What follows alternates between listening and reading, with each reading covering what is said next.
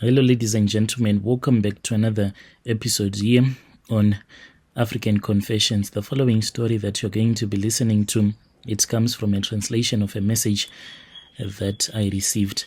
The message reads like this. Hello, Brother Nashi, how are you? Can you please post my own story as hidden identity? I am a man who is staying here. Sometimes I do stay in Joburg as well as Cape Town. I never thought that I'll be this kind of a man sitting here confessing to a total stranger, especially not about something like this. But this is the truth, and it has been giving me a lot of heartache ever since the first time that I slept with my own mother so that I can become rich. And this guilt, it is truly suffocating me. I have done it all, you can name it. I have made money, and now I can see that it does not even matter at all.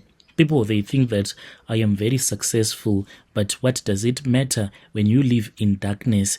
There is too many lies that are there in my life. Currently, as I am speaking with you right now, I am in Cape Town. But do you know, Brother Nashi, that each and every 5 months, I have to fly back to Zim, then drive back to the rural village to do something that is very horrifying, so unspeakable, so much that it destroys me each and every time that I do it. It destroys my mother, for when I have mounted her, when I am on top of her, she is always crying in agony, in pain. I have made my own mother, the woman who gave birth to me, to go blind. The reason as to why I made her to go blind, because I did not want her to watch her own son, as her son will be sleeping with her, abusing her. Then I returned back to the Sangoma who assisted me, a man whom I met through a mutual friend. He had came to Cape Town because there was another man who had bought a home here in Cape Town. So he wanted his home, as it was being renovated, to be strengthened, because it seemed as if there were other people that used to stay there.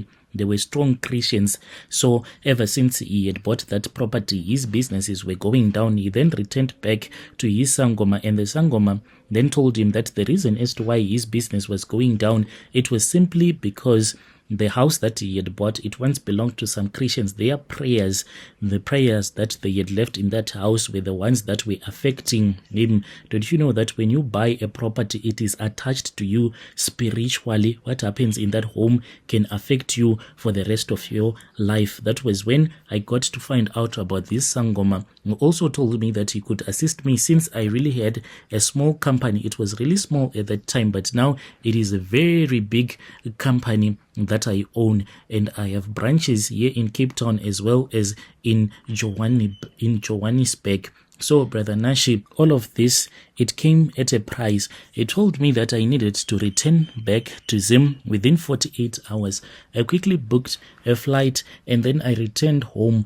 And when I went to the village, I waited and I waited. All that I was doing was sitting by my phone, watching and watching, waiting for his messages to come on my WhatsApp, until he then sent me a message. He then told me to go and clear my father's grave to see if it was clean. I went to my father's grave, and then I started cleaning the grave because there were some weeds and things that were growing all over the place. After I had cleaned, I sent him a picture. He then told me to go to the river, for there was something that would be waiting for me. To my surprise, by the time that I approached the river, I saw that there was this other clay pot that was there. This clay pot, it had a red string that was tied around the neck of that clay pot. I took it and I found out that inside there was a small bottle. Immediately, that the moment that I touched that small bottle that had some liquid inside of it, he then called me and he told me that I was supposed to buy a drink for my mother, pour the drink for her, and mix it with the charms. This was going to make my mother so much weak, so much that I'll be able to sleep with her without her finding out.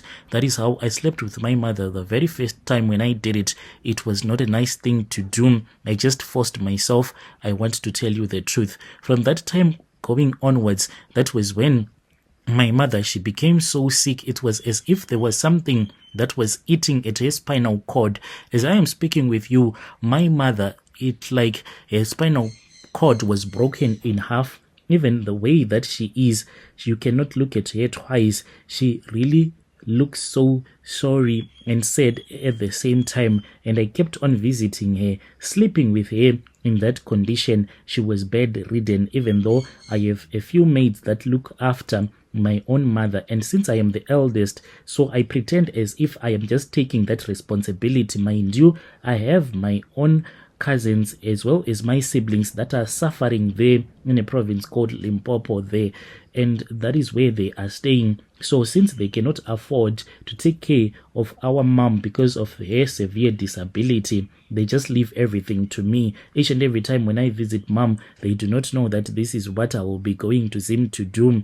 And that is when I decided that it was far much better for my mom to become at least a blind woman so that she cannot see me when I am on top of her. My mom, all that she does is that she groans in pain whenever I am with her, because what I have to do is that the very first day when I arrive in the village, what I do is that when the sun has gone down, I have to take my mom to the grave. I load her onto the wheelchair, then I start to push her, and then I go with her to the graveyards the moment that it gets so dark. Then when I go with her there, I lift her up, and then I will place a blanket on top of my father's grave, and I tell her that it is time for us as husband and wife in the spirit to make love. I even make sure that she will be comfortable, put a pillow, then I'll go on top of her, and then I'll sleep with her. But now I am tired. I feel so dirty because of the things that I have been doing.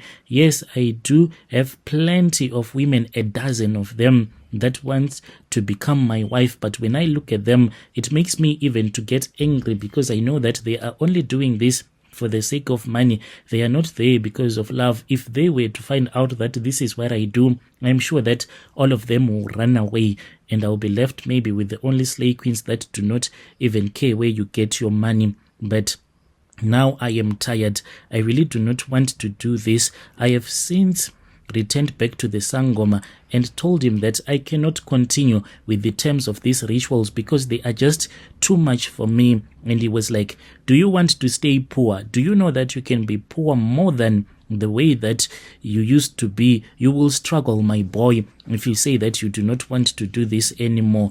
Right now, this is the life that I am living. Each and every 5 months, I find myself returning back home as if I am going to do something that is really important there, but all that I will be going to do is to abuse, to sleep with my own mother, something that makes me to feel really terrible. I know that there is no redemption, there is no salvation for me because of the way that I have been abusing the woman who gave birth to me. Like, who does that? What kind of a man can be so evil to do such a thing? But my friend said that all that you need to think about is that you have a big house, you can have anything that you want, but deep down is inside. Even though I smile, I show the world that I am okay, but inside I'll be faking it.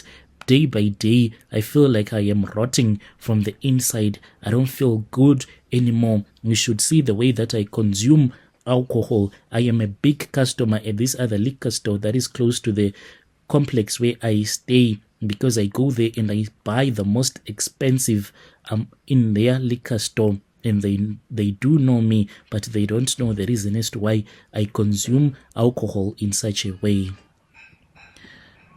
Dear listeners, right there was a message that was sent to me by one of our brother. Strange things indeed, they do happen in this world. Yo.